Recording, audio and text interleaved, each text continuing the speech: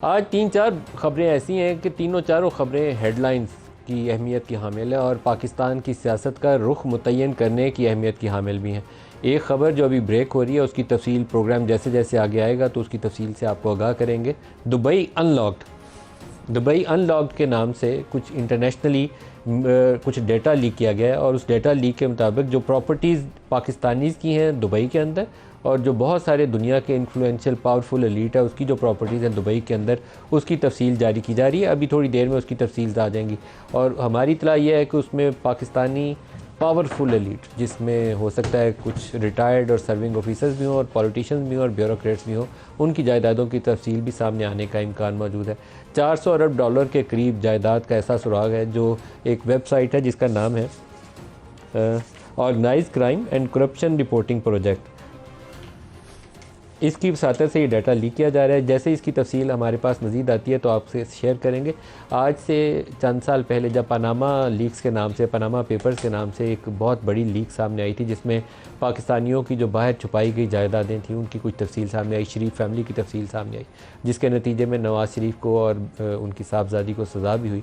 बाद में अब सारा केसेस बरी कर दिया गया, लेकिन वो मेफेयर अपार्टमेंट की मलकियत अभी भी शरीफ फैमिली के पास है। 444 लोगों के नाम आए थे और उस वक्त भी ये सवाल उठा था कि इसकी तहकीक करनी चाहिए कि इन लोगों ने क्या ये टैक्स पेड मनी है, टैक्स एवेडेड मनी है या करप्शन का पैसा है या ये प्रोसीड्स ऑफ क्राइम है, ये कैसे पैसा वहाँ सारों का गया, लेकिन इसके ऊपर कोई कम्प्रीहेंसिव तफसील नहीं हुई।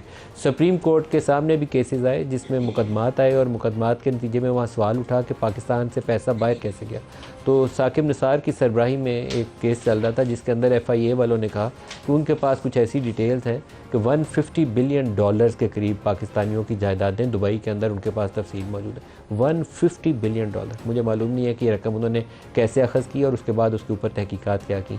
आज 5-6 साल के बाद दोबारा एक डाटा लीक सामने आ रही है। उस डाटा लीक के अंदर दोबारा सवाल हमारे सामने यही है कि जिन पाकिस्तानियों के नाम सामने आएंगे उसके ऊपर तहकीक का तरीक़ाकार क्या होगा।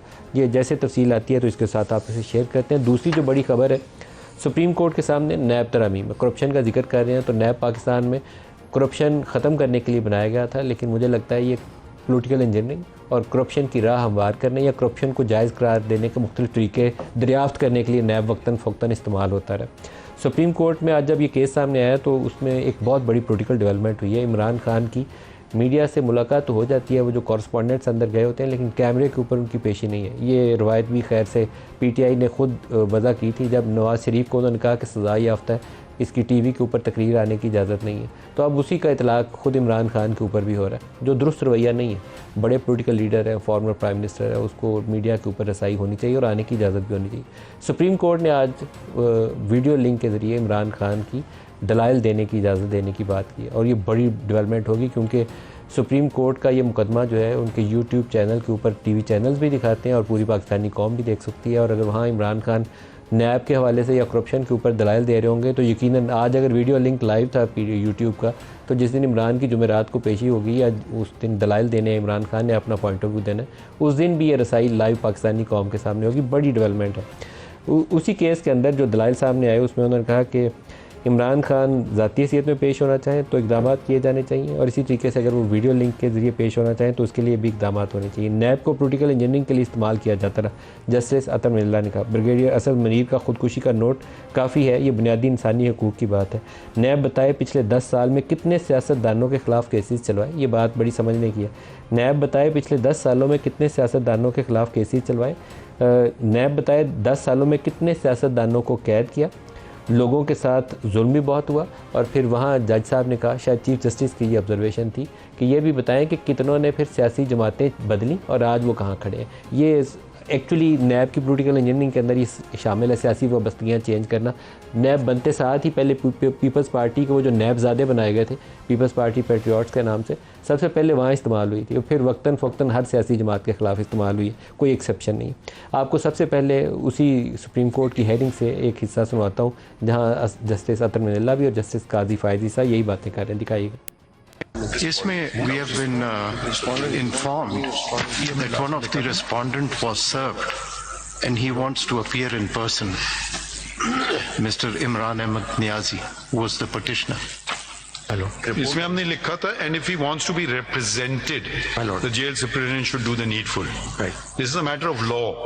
It's a matter that involves, NAB, which has been perceived as being involved in political engineering, so wants to appear in person. How can he be denied access to the court? Issue is very simple. This is not a matter of personal rights. It's a matter of a varies of a legal amendment. We are allowing the request, but you'll have to make arrangements for video link wherever he is, the video link facility, however you want to arrange it. Justice सदर नीला वाला भी सुनाएंगे. It has consistently been used for political engineering. Kindly आप statistics दे दीजिएगा कि पिछले 10 सालों से कितने politicians को आपने prosecute किया, कितने अरसे उनको अंदर रखा, कितने convict हुए और कितने ultimately were declared as innocent. फिर ये भी बता दीजिएगा किस पार्टी में थे और फिर कौन सी पार्टी ज्वाइन कर ली, ये भी पूछ. और ये भी बता दीजिएगा कि आज क्या हुआ है. जब हम हाई कोर्ट में थे, बेल आती थी, आप सब आके जिस तरह अपोज करते थे, इवन प्रोटेक्टिव बेल्स, और उन्हीं के लिए आके फिर अब आप कहना शुरू कर देते हैं कि we had no case at all. Someone has to be held accountable. Brigadier Asad Munir का सुसाइड नोट देख लीजिए, that is sufficient. No one can bring back brigadier Asad Munir. It is absolutely clear that NAB has always been used from its inception for political engineering, and it had extensively abused its powers. Even then government knew that, and that is why they wanted to bring about some changes to protect the bureaucracy. जो Dubai leaks के ऊपर कुछ updates आ रही हैं वो आपसे share करता जाऊँ कि 17,000 पाकिस्तानियों ने 17,000 पाकिस्तानियों ने 23,000 जायदादें ख़रीद रखी हैं, और इसके अंदर जरदारी साहब के 3 बच्चों के नाम भी शामिल हैं. जनरल परवेज़ मुशर्रफ का नाम शामिल है. प्रॉपर्टी लीक्स में साबिक़ वज़ीर-ए-आज़म शौकत अज़ीज़ का नाम शामिल है. दुबई में गैर मुल्कियों की तकरीबन 400 अरब डॉलर्स की जायदादें हैं. इसके अलावा इसके अंदर सियासी शख्सियात, अहलकारों, रिटायर्ड सरकारी अफसरान के नाम शामिल हैं. पाकिस्तानियों की दुबई के अंदर 11 बिलियन डॉलर 11 अरब डॉलर की जायदादें मौजूद हैं, और इसकी मज़ीद तफसील आती है तो जैसे जैसे मैं आपसे शेयर करता जाऊँगा. जनरल परवेज़ मुशर्रफ साहब का हमने अल्लाह उनकी मग़फ़िरत फरमाए इंटरव्यू किया था. उन्होंने लंदन में दुबई में अपार्टमेंट ख़रीदा था, तो मैंने उनसे पूछा कि आपके पास पैसे कहाँ से आए हैं. तो मेरे ख्याल में हमारे पास अभी भी रिकॉर्डिंग उसकी होगी. तो उन्होंने कहा था कि मुझे सऊदी किंग अब्दुल्ला ने उन्होंने मुझे पैसे दिए थे, और उससे मैंने यूके का भी अपार्टमेंट ख़रीदा जो एजबर रोड के ऊपर उनका अपार्टमेंट था, और दुबई वाला अपार्टमेंट भी ख़रीदा. अब मुझे मालूम नहीं है कि 8-10 मिलियन डॉलर कोई हुक्मरान किसी पाकिस्तानी को कैसे दे सकता है, और फ़ौज इसकी कैसे इजाज़त दे सकती है. लेकिन ये एक एक्सेप्शन नहीं होगी, इसके अलावा भी इस तरह के वाक़यात होंगे. जो आज प्रोग्राम में हमारे साथ शुरका है, नईम हैदर पंजोथा साहब हैं पाकिस्तान तहरीक इंसाफ से, और डॉक्टर तारिक फजल चौधरी साहब हैं PMLN से. दोनों को वेरी वार्म वेलकम जी. आज बहुत सारी ढेर सारी खबरें हैं. ये प्रॉपर्टी लीक्स तो जैसे जैसे आएगा उसके ऊपर बात करेंगे, लेकिन सबसे पहले तो तारिक साहब आप ही बता दें, इमरान खान की पेशी, are you happy with that? क्योंकि एक ज़माने में नवाज शरीफ के ऊपर पाबंदी आयद की गई थी, आज पाबंदी के बावजूद सुप्रीम कोर्ट ने इजाज़त दी. I think it's a welcome development. जी बिल्कुल, मैं जैसा कि आपने कहा, मैं कहता हूँ कि एक अच्छी बात है. इमरान खान साहब को अपनी जो सफाई है उसका पूरा हक मिलना चाहिए, पूरा मौका मिलना चाहिए.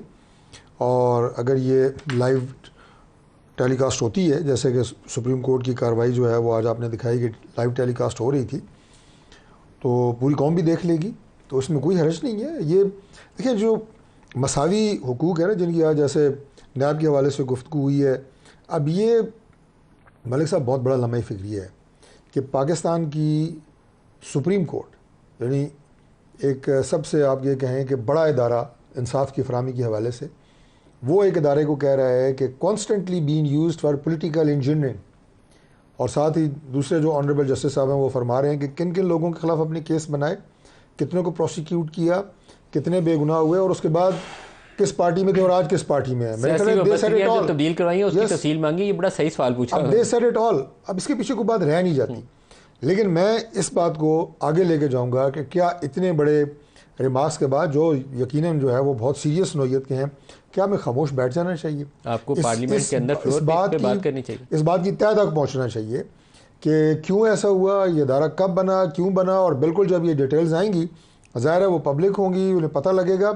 उसके बाद इसकी अकाउंटेबिलिटी होनी चाहिए, नैब की अज खुद अकाउंटेबिलिटी होनी चाहिए।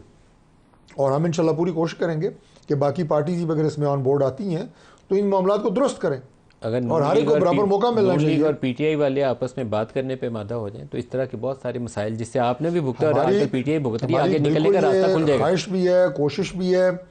पार्लियामान के अंदर तो जो हमारे अंदरूनी मामलात हैं उनमें तो एक अच्छी पेशरफ्त है पाकिस्तान तहरीक इंसाफ के साथ, लेकिन हम समझते हैं कि इसको पार्लियामान के बाहर भी इसको आना चाहिए। और जैसा कि मैंने खुशाइन करार दिया कि इमरान खान साहब को बिल्कुल अपनी सफाई का वकला समेत और ख़ुद उनको मौका मिलना चाहिए, ये बड़ी खबर चलाई। क्लैरिटी होनी चाहिए और उन्हें इंसाफ मिलना चाहिए।